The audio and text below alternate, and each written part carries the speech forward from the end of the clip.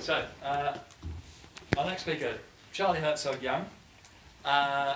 Charlie has the courage to describe himself as proudly mad. Charlie is an award-winning researcher and activist. He's specialised in new policy ideas, such as the 4-day week, such as basic income. He's worked for the RSA. He's also worked for the Good Law Project. He's worked for the New Economics Foundation and the Labour Party. And he's got a new book out, which segues neatly from Melanie's last comment, because it's called Spinning Out: Climate Change, Mental Health, and the Fight for a Better Future. So Charlie, tell us a little bit about that. Sure. I'm going to go a little bit, because this is the RSA, I think I'll go a bit more typology, taxonomy a bit, if that's all right. Of course. And 10 minutes isn't a long time for a 300 page book. But I wanted to start by thanking Melanie for mentioning the mammoths in Trafalgar Square. Because it's quite odd but pleasant being in a brick vault underground in London, and I hope it's okay to say this and not spook the horses, but like it feels like there are a lot of ghosts here for me, and I think we need to be in a reflective space and not in one where we're rushing to fix things. And a friend of mine who I worked with, well, I met him years ago and we've been working together on the book. He works on indigenous activism in Mexico, is from there, and has been helping resist pipelines, and a friend of his was assassinated for trying to block a pipeline. And he was, when we were talking during the writing of the book, he said that one of the principal problems with Western modernity and Western colonial epistemology, again speaking the horses, is that we have this attempt to try and fix problems rather than to relate to mystery or to relate to uncertainty. And I found that we have the same thing going on with mental health. And I think it was Atul Gawande who said in a Reef lecture, why is it that we try and go back to how we were after we were ill rather than working through it and coming out changed? And my experience of this is that I've been a climate activist since I was 12, and filtered through different modalities of mind and serious mental health issues, which were definitely related to the apocalyptic nature of climate change that was being communicated to me, that I do believe in, and also there are lots of studies that show that depression is actually the only accurate state in which humans are able to assess complex risk. Everyone else thinks it'll get better and it's fine. But I got deeply depressed, very psychotic. I saw visions, I still do. And in 2019, I jumped off a 6-story building, which is how I lost my leg. And when I was at home in my mum's kitchen, in the bed, which was in the kitchen because I couldn't get upstairs, my leg was still in a cage. I kept one of them for a while and it didn't work.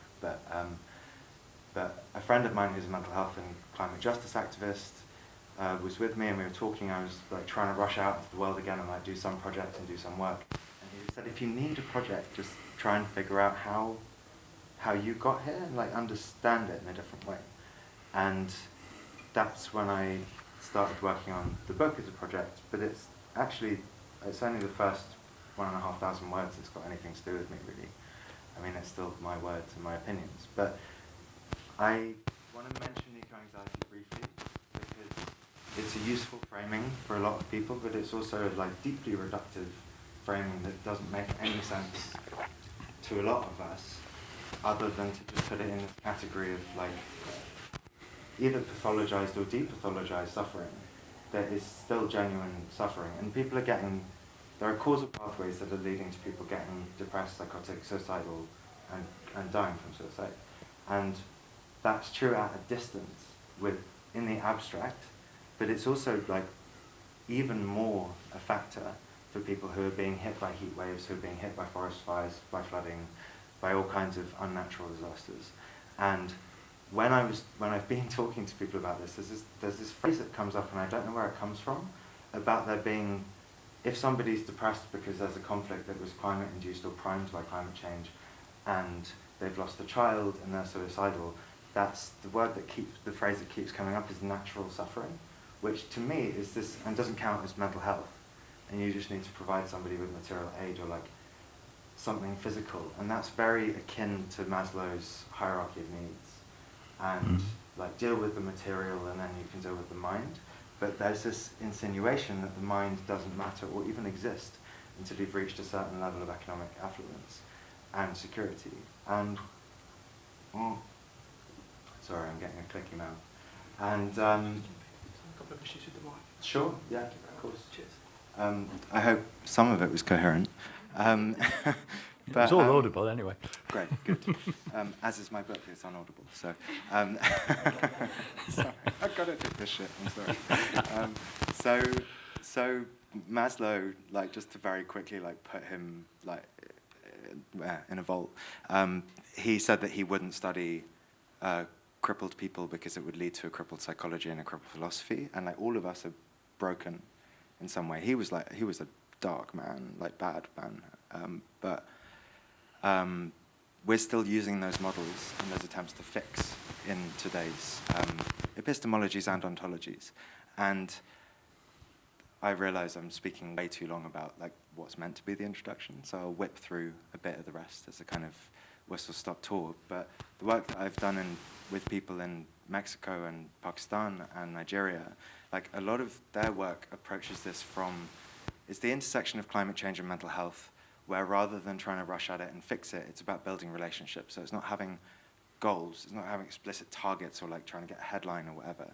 It's about building a dense web of interconnection and working out together in a trusting way, like what you can do about it, in a joyful way too. So Jennifer Uchendu works in Nigeria, and she's got this organization called Susty Vibes and another called the Eco-Anxiety in Africa Project. And they do, one of their modalities, one of their methodologies is to have parties.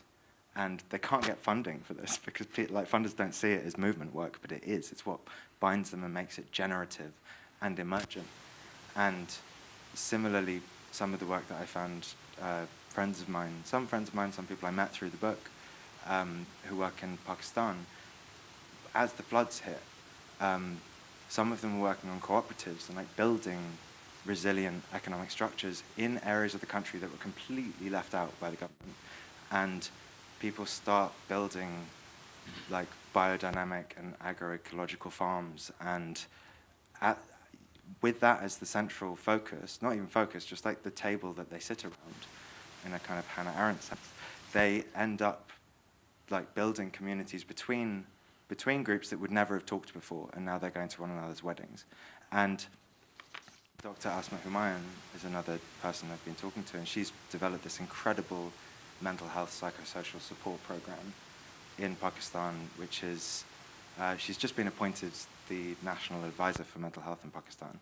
And she's been working on this for ages, and it's about creating a nested system that starts with training 1,000 people in a month to be, basically it's training in mental health first aid, but also awareness of what mental health conditions are from a certain Western perspective, but she works from a more biomedical, psychosocial eco model, and learning from the people that the 1,000 volunteers are interacting with, who then have contact with an inner ring of psychologists or social workers, who then have contact with people inside. So previously, where 1 million people were being dealt with by one psychiatrist, which was a hangover of British Empire, just being like there were 3 psychiatric units and a smattering of psychiatrists.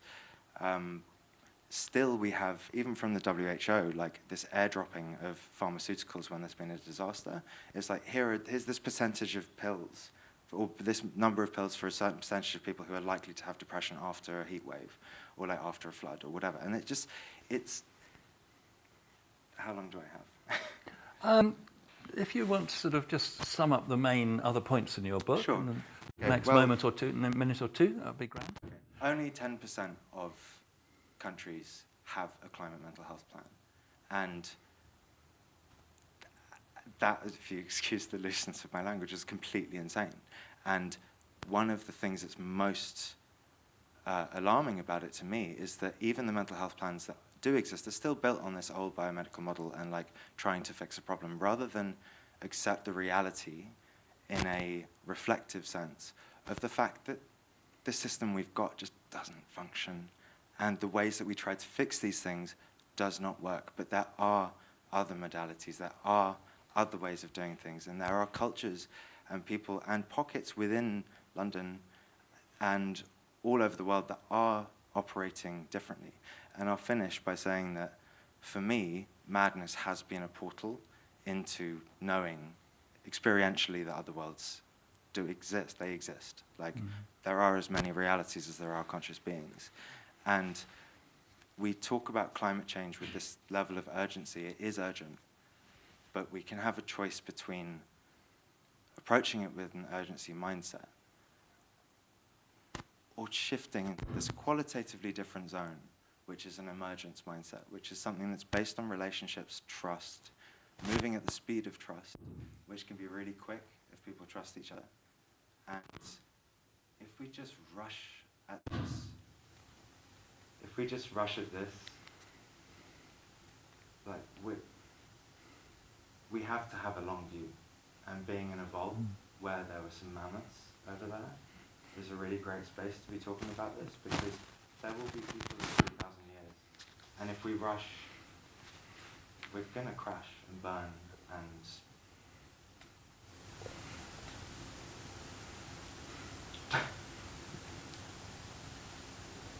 last point, I promise. There's a difference between post-traumatic stress and post-traumatic growth. And one of the best moments of my recovery, which has been about 4 years, was when my therapist, who I always seek validation from, obviously, told me that I was like exhibiting signs of post-traumatic growth, and I was like, oh, that sounds great, what's that? And it's about reorienting ourselves within the world and internally after a major event.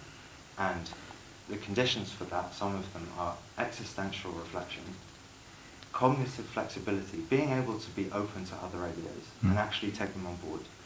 And there's another one. Safety. If you have enough safety and capacity, and I like to talk about it as sanctuary or revolt, then there's an opportunity to just have this complete shift. And we need post-traumatic growth on a civilizational scale. Good. Yeah. Thanks, Charlie. Quick question from me. We hear a lot nowadays about neurodiversity, which is, personally, I think it's quite a helpful phrase, and obviously that has resonances with biodiversity. Is that something which you think is a useful approach, particularly when it comes to seeing how different people relate to climate change? Some of them have eco-anxiety, some of them, as we've heard, don't. Is there a sense that actually having a sort of neurodiverse approach, just like we value biodiversity, is a useful thing when it comes to tackling climate change? I think it is. I just want to clarify that neurodiversity is often, some people think that bipolarity, I've been diagnosed with bipolar, dissociative disorder, all kinds of things. Some people say that bipolar is a neurodiverse condition. Neurodiversity is, in my understanding, largely to do with how the structure of the brain operates.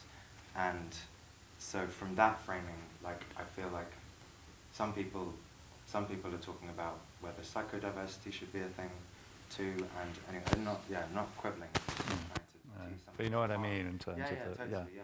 I think so, yeah. And I think having different perspectives on this, on the polycrisis and the uncertainty and the sheer, like, the narratives of climate optimism, which I think can be just as damaging as narratives of climate doomerism. Like, having different perspectives on it, learning how to be with one another together, bridging across differences, but also protecting ourselves within groups that do need protecting, is hugely important. And like, I'll finish on psychosis. Some academics argue, is an evolutionarily adaptive trait, because in groups that have lost their way and are in crisis, psychosis can provide meaning and vision and purpose. And I think that we've got a very constrained normative like concept of how society should be, which runs from long back. But rather than there is no alternative or this is the end of history, I'd much rather think that we should live in a world where many worlds fit. Thanks, Charlie. Question, yes, Chidi.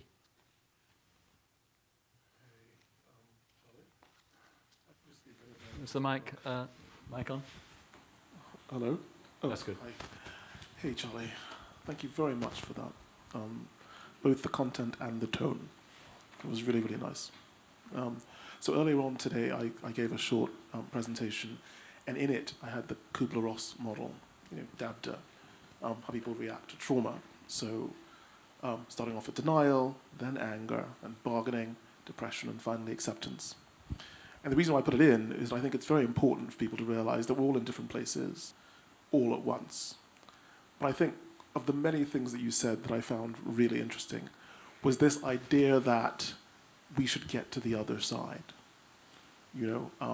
It's okay to be depressed and understand the reasons for your depression and resolve it. Like the process is just as important as the result.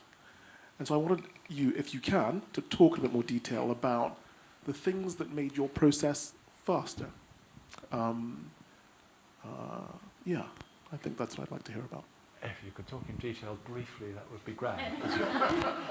I'm going to wrap up for you shortly. I was diagnosed about 12 years ago, so it's been a long time, but it was post this, by which I mean losing my legs and all of the drama, that I was able to be introduced to relational models of recovery and